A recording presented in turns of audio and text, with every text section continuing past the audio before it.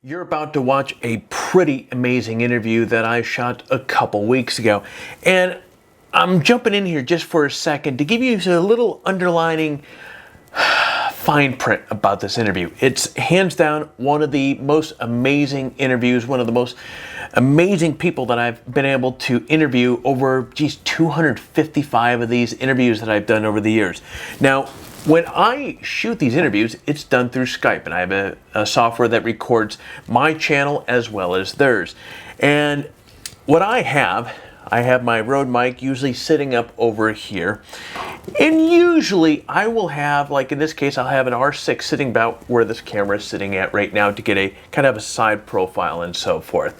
That camera, and in this particular interview, I did have my R5, which we're shooting on right now, in front of me. The R6 now did have a off-camera mic on top of it rather. So anyways, you can see where this is leading here. Long story cut short, the software did not record neither my audio nor my video.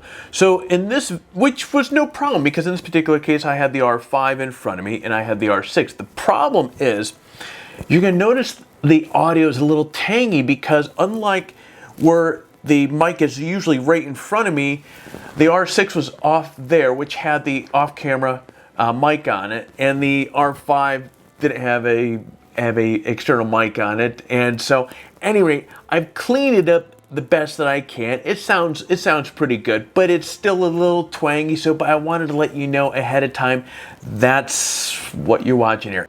All right, that's it, guys. I wanted to give you a little snapshot of why the audio sounds the way that it does. With that said, let me get out of your way. One thing I do want to point out, grab yourself a pen and paper. Pause this right now before this interview starts. Grab yourself a pen and paper. 255 interviews I've done. This by far is one of the most, he just dropped nuggets after nuggets, and not to take anything away from a lot of the folks that I've interviewed in the past. Tim just really took it up a notch, and there's just a lot of really good stuff. These sort of interviews are absolutely gold because I know they're going to help you out. This guy has decades of experience, and he lets it all out here, and he shares some really pretty amazing stories along the way as well. So let me get out of your way, grab that pen and paper, my friend, enjoy this interview. All right, guys, we are back. Good evening, good morning, or good afternoon. As always, it is so great to see you. And friends, welcome to Photography Talk episode 255. Today's success story comes from Carlsbad, California. It gives me great pleasure to introduce my guest, Tim Tatter. Tim, my friend, you ready to get this going? I'm ready. Let's do it. Now, Tim is a highly recognized name in the advertising cosmos and has been labeled as one of the most influential photographers on this planet. Now, Tim, I've given our listeners just a taste of what you and I are going to be talking about. Before we dive into these questions, can you take a moment, share with our listeners a little bit more about yourself? I have a three-legged dog named Bailey. That's one thing about me. One thing about me that people don't know is I'm 6'7".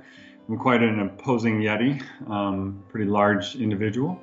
I grew up in Baltimore, moved to California when I was 25 years old, 1995. I first moved to California.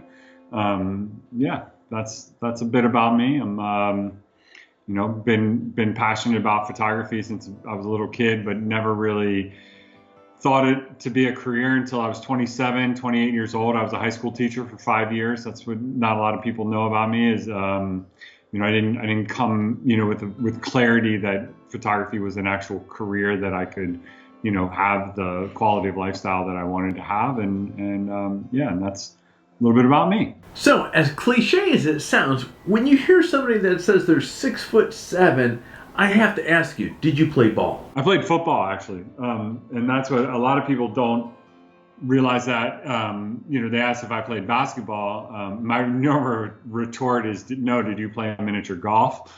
But that doesn't go over so well all the time. But I actually played football. Most people ask if I was a wide receiver. Because I'm pretty slight of build, meaning I'm pretty skinny to this day. But I actually was 300 pounds at one point in my football career, and was quite massive, and that was a long time ago. So and that was part of my journey and part of my story and part of why I sort of gravitated towards sports photography, really, because they say photograph what you love, and what you know, and it'll be authentic, and so that's kind of where my first sort of specialty existed, was in sport photography.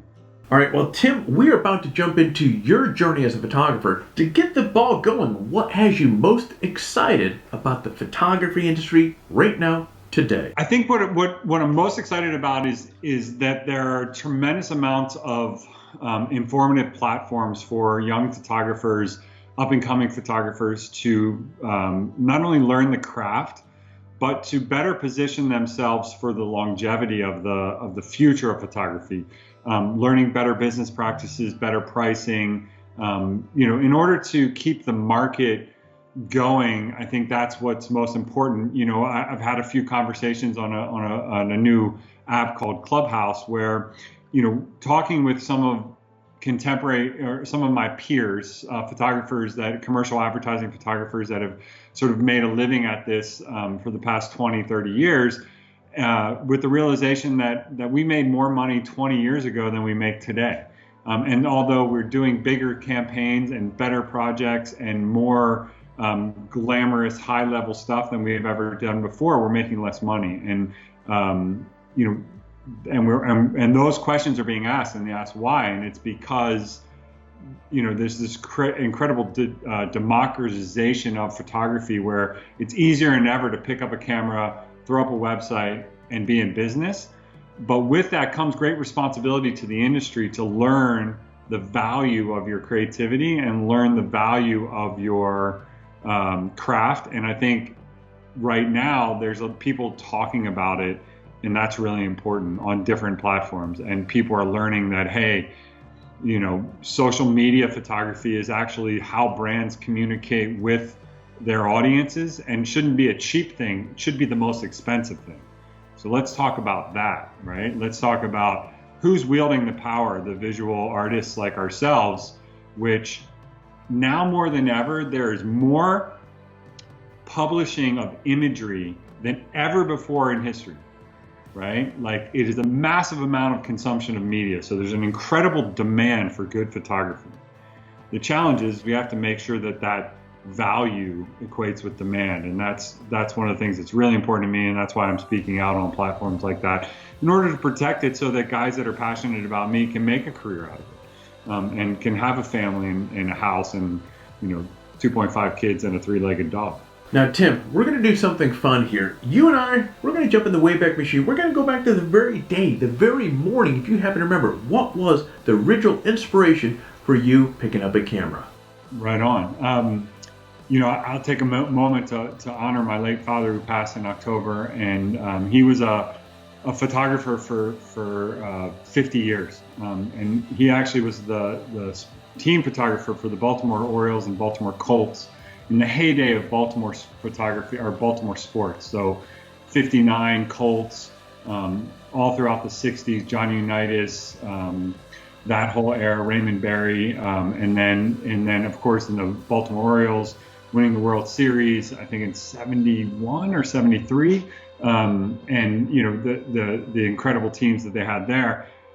I remember as a child and picking up his Nikon F3 with a motor drive and I think it was a 200 millimeter lens, and picking that up and looking through that ground glass viewfinder, and figuring it out, and then pressing the button by accident, and the explosion of noise that came out of that high point F3 motor drive, and going, wow, this is really cool. And I must have been probably 9 or 10 years old, and it was at that moment that I was like, wow, this is pretty cool. And going to the games with my dad, he would give me a camera and I'd shoot, and literally, like, I'd be at NFL games at 9 years old on the sidelines shooting with my father.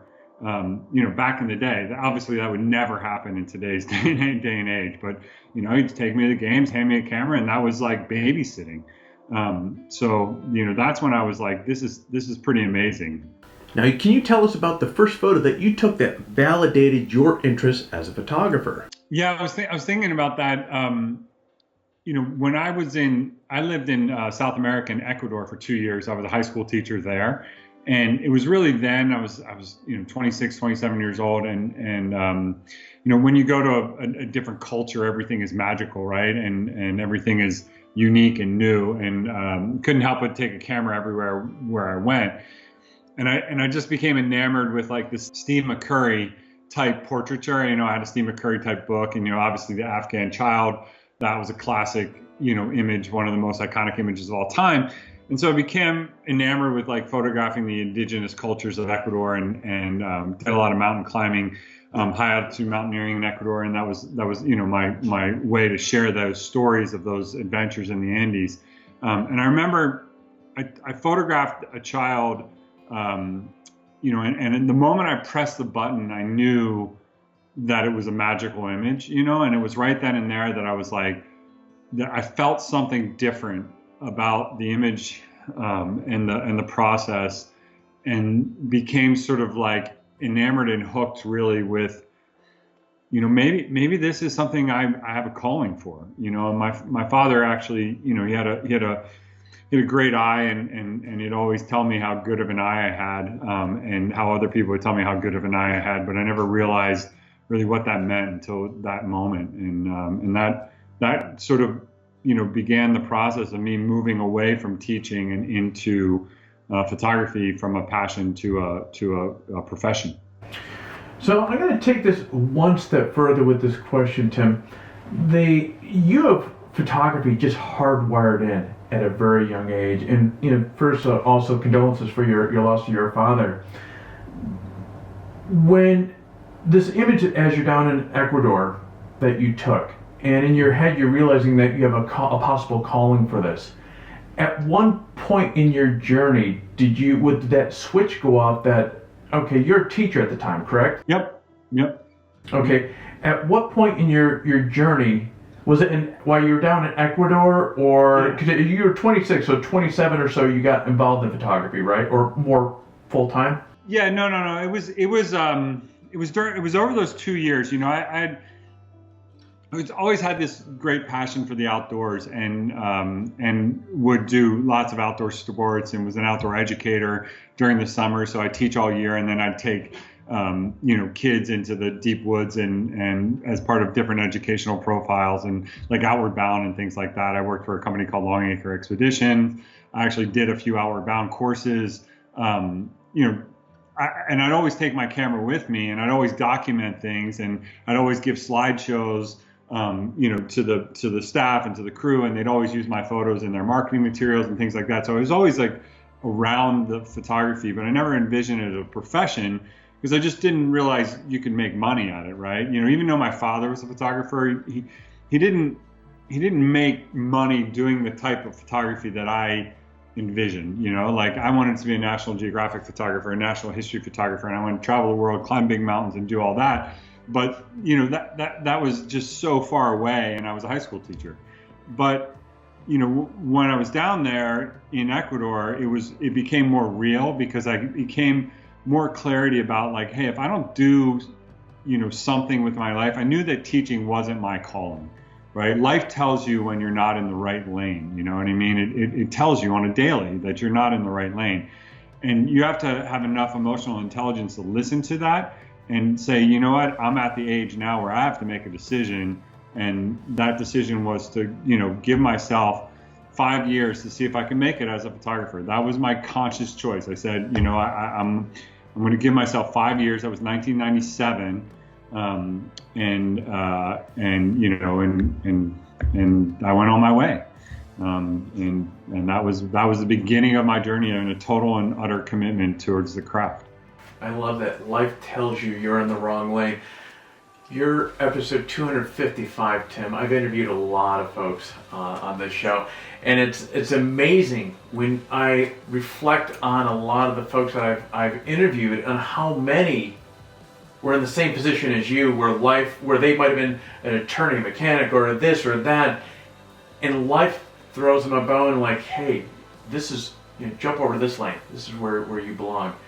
Very interesting. Now, while we're back in 1996 in Ecuador and you're beginning to get this calling for photography, what was one of the challenges that you had with photography and how did you overcome that? One of the challenges that I had with photography in the Wayback Machine, I would say that, it was pretty smooth sailing up first, right? It was a constant progression of moving up the ladder.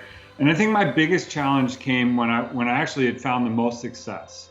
My career accelerated so fast between probably 2005 and 2009 that, it literally went from the best year I ever had, and I was working as a photojournalist in the news industry, and I maybe made $35,000, right? And I was hustling all over the place, taking 1 million photos a day, working for the newspapers, submitting my images, just working, and not really getting anywhere, but I was still doing what I love to do, which was making a living with my camera, right?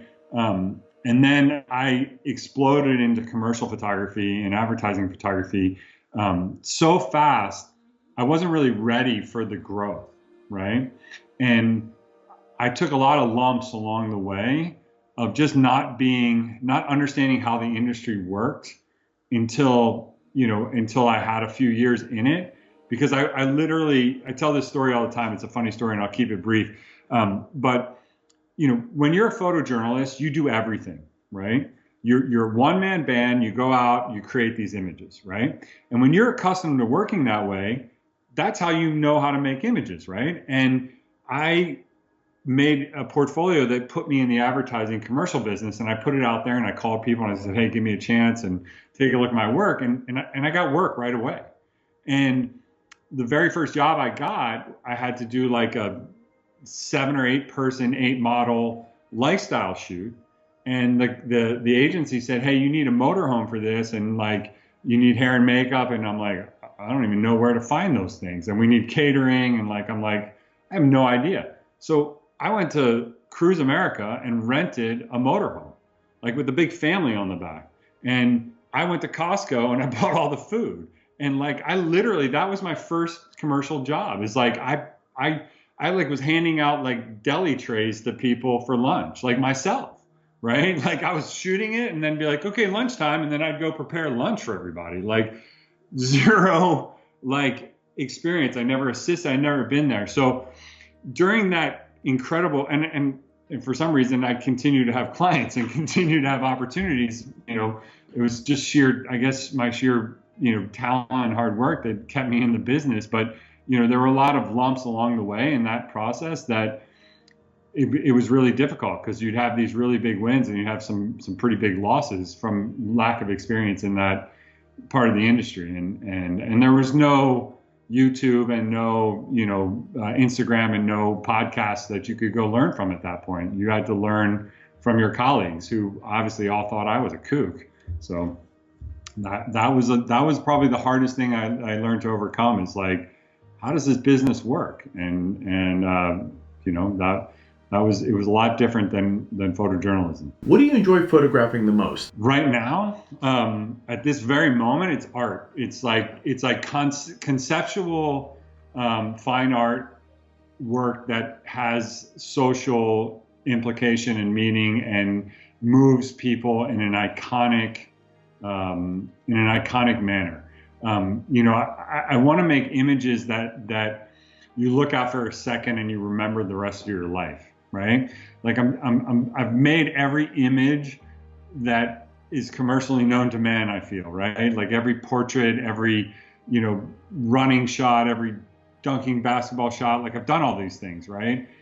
And for years. And now I'm making iconic images that I feel that are very simple and graphic, but very bold and iconic, that imprint in your visual, vocabulary and move you.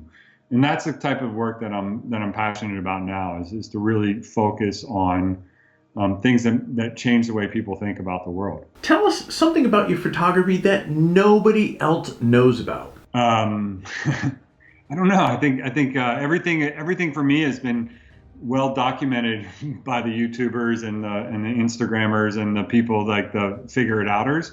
And they're pretty accurate the way that they describe my process or how I might do things. I think most people don't realize that there isn't a lot of Photoshop in my work. And they all think it might be a lot of Photoshop, but I try to get everything in camera all the time. I didn't at the early stage of my career just because I wasn't a very good photographer and I was a better Photoshop artist.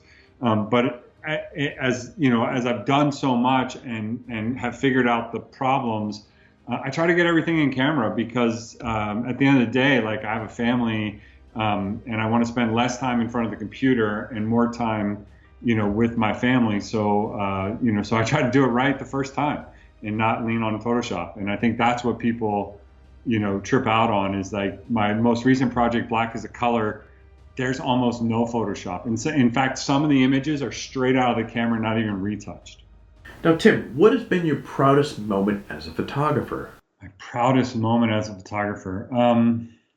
That's such a great question. I think that it's a daily sense of sort of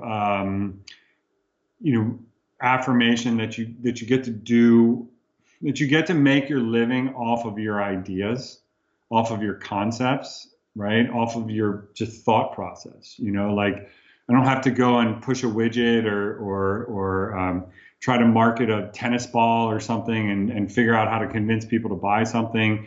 It's more like I'm able to come up with ideas and put them out there and they inspire people to pick up the phone and call me and say like, hey, I have an idea I need you to shoot. Because most of everything that I get hired for comes from my artwork that I put out there on my own, that someone says that they want to leverage that concept or idea or that approach to create an image. So I think it's like it's not just like a single moment of pride. I think it's just like an ongoing feeling that I took a dream and made it a reality. Not many people get to do that, I think, and that really is a blessing, and it's not lost on me. Tell us about a time in your photographic journey where, Tim, you failed at something, and take us to ground level. What's going through your head at the time? How did you overcome from that and really pivot from that moment? Something I failed at. I'm trying to be spontaneous here. One thing about me is I sort of like come from the rainy day Boy Scout mentality of like always have a backup plan and always have a hope for the best, expect the worst. So I tend to not have epic fails. You know what I mean? Because I always, kind of move past it. I think most recently I had an epic fail on a personal art project where I had set up this incredible set and the talent didn't show up. One of the main talents, and it was a collaborative talent issue, and they just ghosted us. They just completely didn't show up. So, I had other talent there, I had other production there, I had money spent, so I had to shoot something. So I had a backup plan and kind of pivoted and made a pretty interesting set of images. But it was that at that moment when you realize that like if you build a shoot around one person and they don't show up, like you might want to have a backup talent. And we just didn't. This particular skill set was very unique. And it wasn't like these people grow on trees. And this guy, he just disappeared. He just literally fell off the face of the earth. So in a situation like that, where you have a very niche talent that's supposed to be there, and you've paid, you have money spent on the set, time spent on the set, you have people there that are kind of focused around one dot. So what do you do in that situation? Well, first and foremost, you apologize to the people that are there expecting one outcome. I mean, the concept was one thing, and I had to shoot a different concept, and it wasn't even remotely the same concept that I had to shoot because it just wasn't the same level of visual intrigue. And it's been something I wanted to shoot for years and years and years, and had it all lined up and had it all figured out, and it just didn't it's still one of those things. I'm going to figure out how to get it shot, but the next time I do it, I'm going to make sure that person, shows. Maybe even if I just have to, I have to have two of them there and have an A talent and a B talent, and make sure that person gets there. So it's just, what do?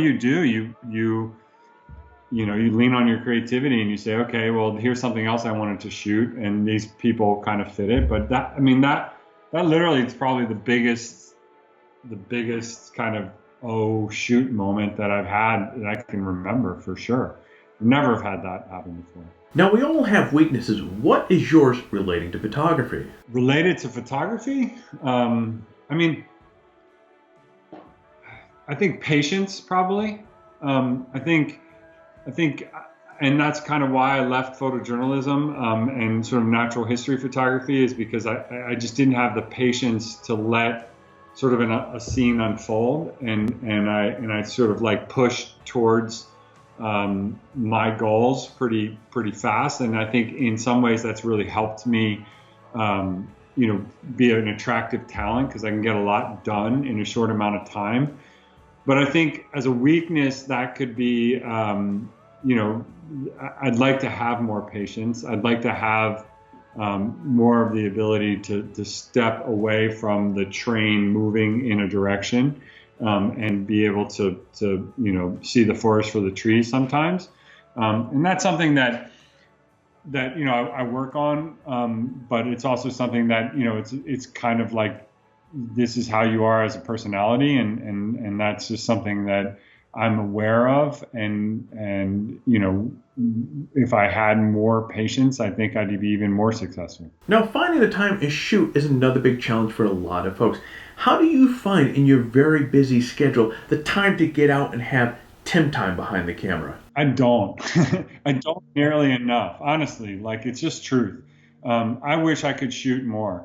I don't. And it's the sad part about it is that I've created a level of quality and standard that's very important, and it's very difficult to just go out and shoot at that standard, because it requires lots of collaborators, right? So I can't just go out and shoot in the street. That's just not who I am, at this stage of my career. My images are complex productions, and I just don't get enough time to do that. That's for sure. And it's expensive to do that, especially with COVID. It's not safe to do it, because I require, the things that I do require a lot of people to get together in a small room for a long period of time and work really hard close together. That, is not, it hasn't been happening as frequently as it did before. Because it's dangerous. And so we have not shot enough in the past year. And I certainly feel the effects of it. I can tell you that. Like, it's tough. And it'd be different if I was like a landscape photographer or a natural history photographer or a travel photographer. Like, these things you can get in a car and go, right? And I've done that. I did that for years, and understand that. And there's a beauty and simplicity to that. And in some ways, I'm very envious of people who can do that. The work that I do requires, hair, makeup, talent, wardrobe, styling, lighting, set builds, and so on. And with that comes all the people that you need to do that. And right now, unfortunately, it's tough to pull off. You've spoken about composition here already. Now, composition, as you know, is one of those areas that a lot of people struggle with. What do you think is the trick to mastering composition? I think so much of that is one's innate ability to see, right? Like, some people say you only see what you're looking for, right? And if you don't know what to look for, I don't think you'll be very successful as a photographer. And I think that's where, when people say, "Oh, he's got a great eye," I think great, photographers have the unique ability to distill life down from, a 270-degree view into that little 35 millimeter or 2.25 or whatever 645 format, and to tell a story in that little box. And I think a lot of that comes from natural. You can know all the rules of composition and you can learn those, but when you're behind the camera, your instincts have to take over, and you have to be able to see. And if you can't, you can't. You should be a writer. If I could write, I wouldn't carry all this photography equipment. Now, as you know, there are a lot of photographers out there that are starting out that just simply, they don't have the money to buy the camera gear that they want. Tim, what advice do you have for them? I think that's the biggest excuse in the universe. Like the iPhone is a better camera than I started my career with. The iPhone is way better than the $8,000 Nikon D1 that I had, 2.7 megapixel. You know what I mean? Like everybody has a phone, right? Like the technology today, if you're using the excuse that you can't afford the equipment to be a photographer, then don't even try, because that's just what it is. It's an excuse, and excuses. This industry is too difficult. There's too many talented people. There's too many passionate, hardworking people that if your excuse is that you don't have the money to have the equipment to do it, then you don't have the passion to do this. It's just plain and simple. Like what I tell people is that you don't choose to become a photographer. It chooses you. It consumes you, and it becomes everything that you ever wanted to do. And if you don't have that passion and that drive, you're never going to make it. It's just plain and simple. It's not something that you can be part-time in to be really successful. Like obviously, you can go out and take all the wonderful pictures you want, but if you want to influence visual language and become part of the visual canon, so to speak, not the brand, but the universal ideology, then you can't let excuses get in the way. How do you think photography has impacted the way that you see the world? Another really solid question. I think that for a long time, my job was to make you buy stuff that you don't need with money that you don't have. Americans and the globe generally, consumes a lot of unnecessary things, and it's my job to make you want them, right? It's my job to create an image that makes you want them. And, with that, I'd spent 20 years doing that. And I think as I move forward, I realized that I have this incredible ability to distill visual truths into powerful images that can change social narratives and can change the way that people interact and see each other and connect with each other and recognize each other as human beings and understand the world around them through the art that I create. And so I think for me, it's a big shift or an impact that as I enter a new stage of my visual journey, that I take the time to recognize that my visual voice has power to resonate on a global scale and to move people and to create images that move people to think differently. What do you see photographers doing today that, if done differently tomorrow, would ultimately impact their success? Like other photographers, like critiquing what other photographers are doing and if they could change one thing to alter their success. I definitely don't look at the world that way. I don't look at others and think about like, oh, if they were only doing that, they'd be more successful. I've never really thought of peers that way. I think that, each person has their own voice and their own visual journey and their own sort of narrative. And I haven't really thought about that way. I think one of the things that I know that people, do that people that are aspiring to go from point A to point B need to do more of is just micro steps in the direction. I think a lot of people make excuses. A lot of people come up with reasons not to pick up the camera and go out and shoot something, not to do a project. And look, the pandemic's a great excuse. not to do work. But I think if more people that are trying to get from point A to point B took micro steps in that direction, that eventually they'd get there. I think, again, back to patience, like having more patience probably is something that a lot of young photographers could learn. Certainly something that I want to get more of in order to, create their journey and not get frustrated and give up along the process, because their successes aren't happening overnight, so to speak. Now, Tim, to get your creative eye focused, where do you draw your inspiration from? I'm a great consumer of media, whether it's film, cinema,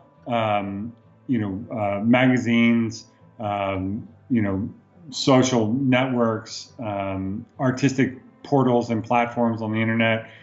I consume so much of it that I find little pieces of things, whether it's the way someone uses color, or the way someone uses light, or the way someone uses composition, or the way someone uses,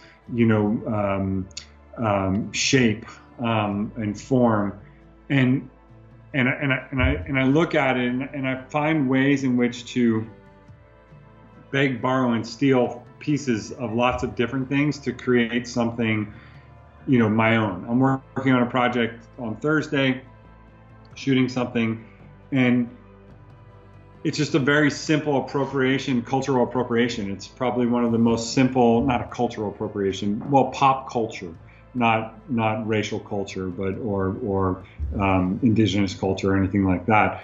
I'm taking pop culture icon and flipping it sideways and presenting it in a new way.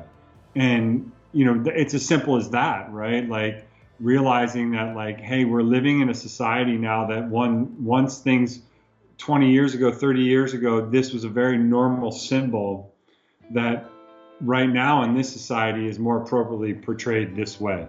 And I won't delve into that until you got a chance to see it. And that'll give you something that you want to see. Now, what is your best photography related tip? Best photography related tip? I think the best piece of advice I could give anyone is to be willing to fail. Like, be willing to not get it right, because in the perseverance of trying to get it right, you'll find a better result. Very often people get close and they stop persevering.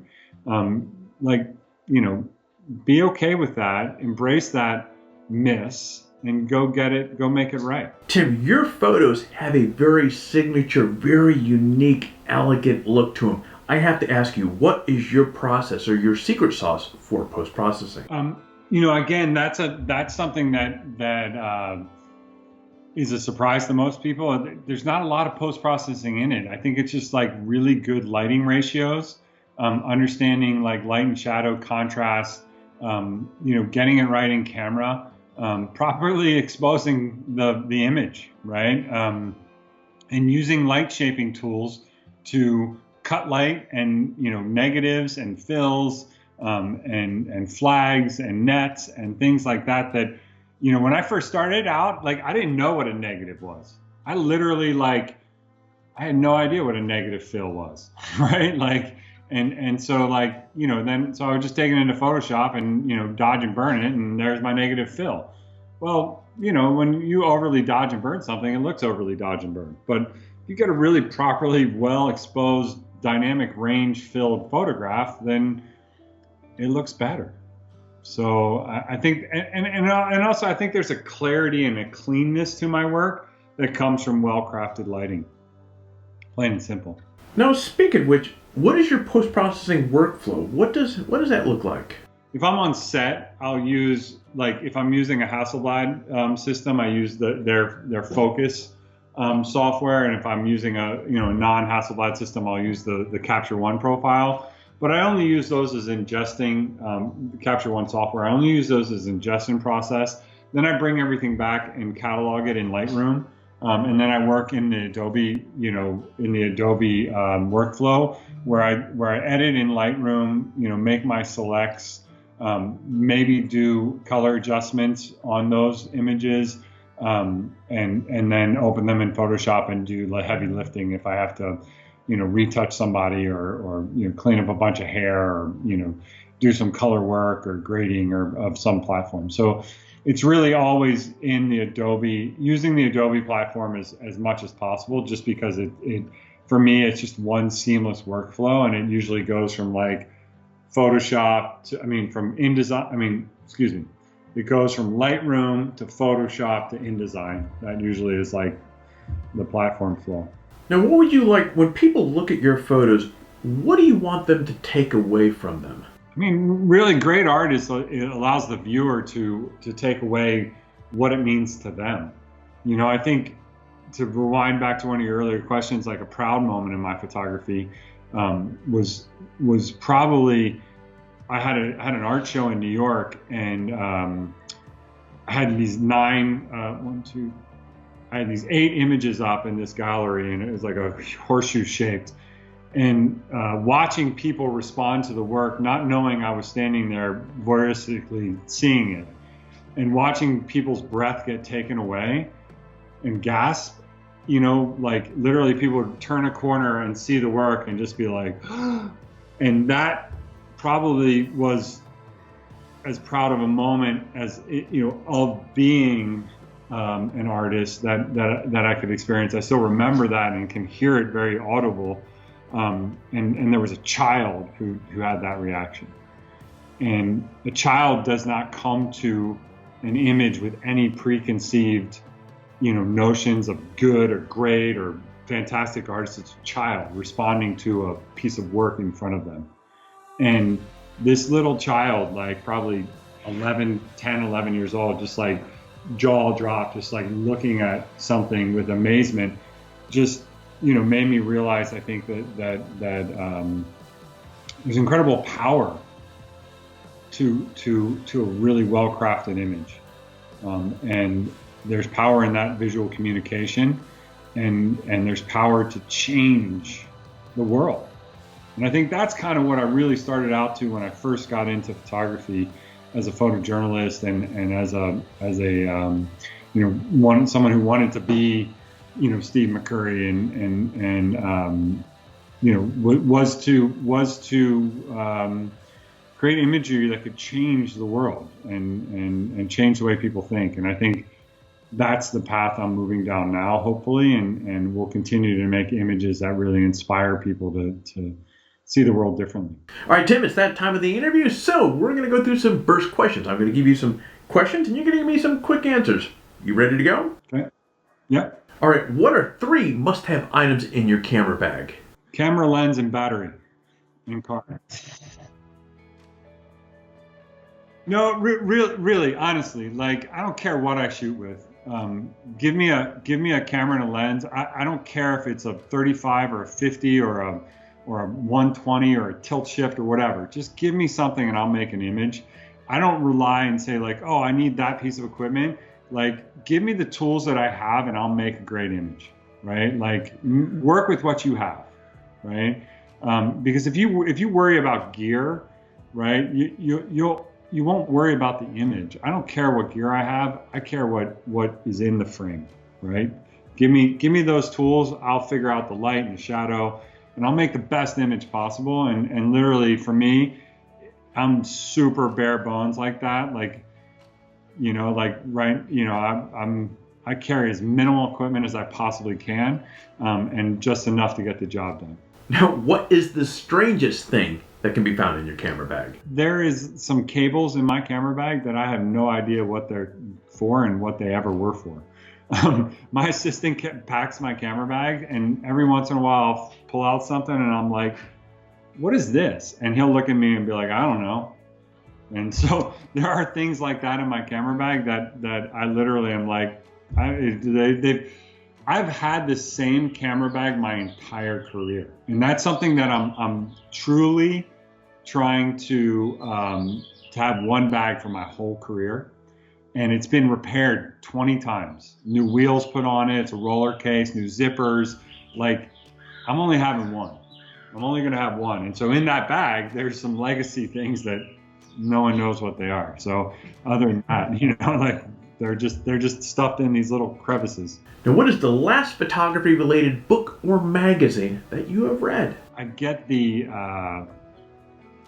Chasan photography book catalogs every year because I order a lot of books, a lot of the Chasan books. Are you familiar with the Chasan books, like the large format, beautiful, the Helmut Newton Sumo, it's called, and Richard Avedon books, and the classics. I think I have one right here.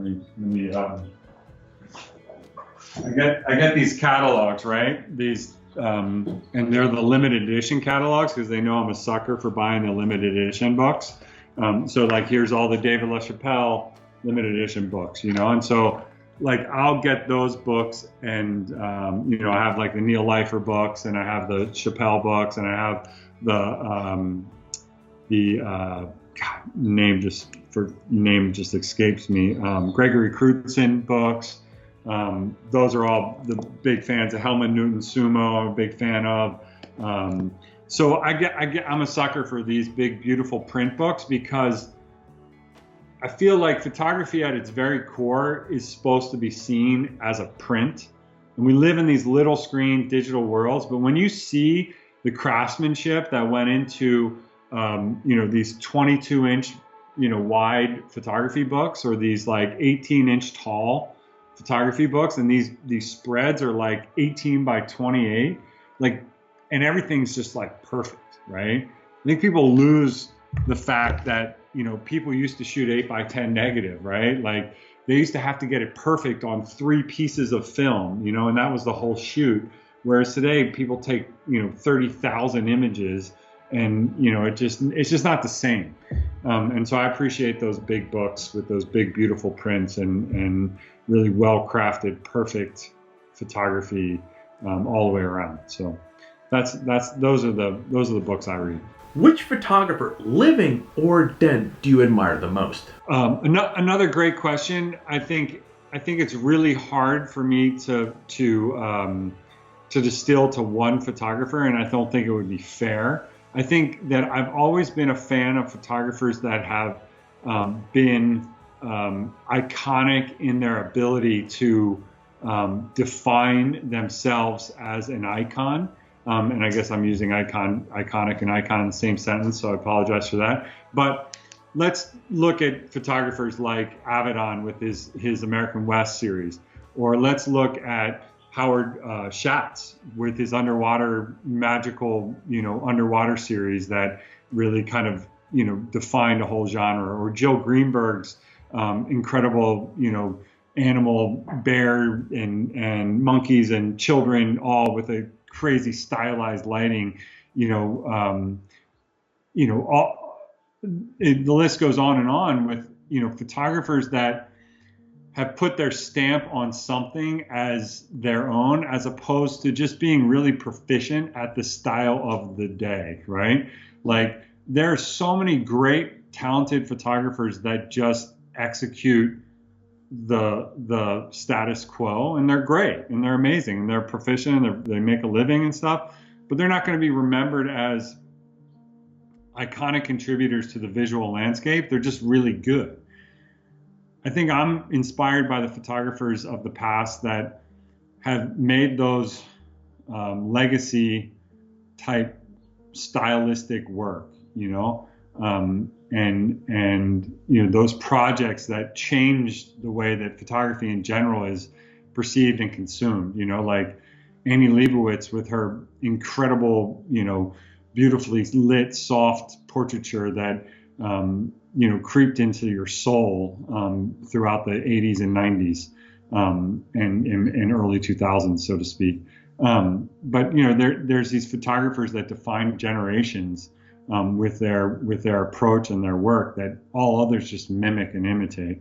And I think that's my goal, is to be one of those photographers and to be known as one of those photographers who just wasn't okay with creating what's expected, but brought to life things that challenged you to think and see the craft differently. All right, Tim, I'm going to take a term that you mentioned there a couple times. And when you see a major household brand, like, for example, Epson, who are widely known for their printers, utilize your photos for their products. What does that mean to you as an artist, as a photographer? Well, I mean, I think, when I first fell in love, when I first saw an image come to life out of chemicals, in my father's darkroom, when I first saw that, he took a blank piece of paper, put it under some light, and then sifted around some chemicals, and all of a sudden this image appeared. It was magic, right? It was like, what is that, right? And for me, the print at that moment became the most sacred expression form of photography. And so I've always had this great love of the print. And so I've always been a person who printed their photographs, right? I'm a big fan of the printed photograph. And so I've always felt that photography is best shown as a print, in that tangible two-dimensional form, that hangs on someone's wall. And I think Epson reached out to me years and years ago and to become a partner of theirs in helping them and showing prints and being a part of exhibiting prints with them and their team. And so I feel super blessed to be a part of that team. They have an incredible team. They put me in a few pieces with the likes of Gregory Crutzen and Mark Seliger and these icons of photography. And I'm like, what am I doing here? You know what I mean? I was in this room with these guys, I'm sure did I get the right invitation? But they've always have given me the technology to print the images the way that I needed them to be printed.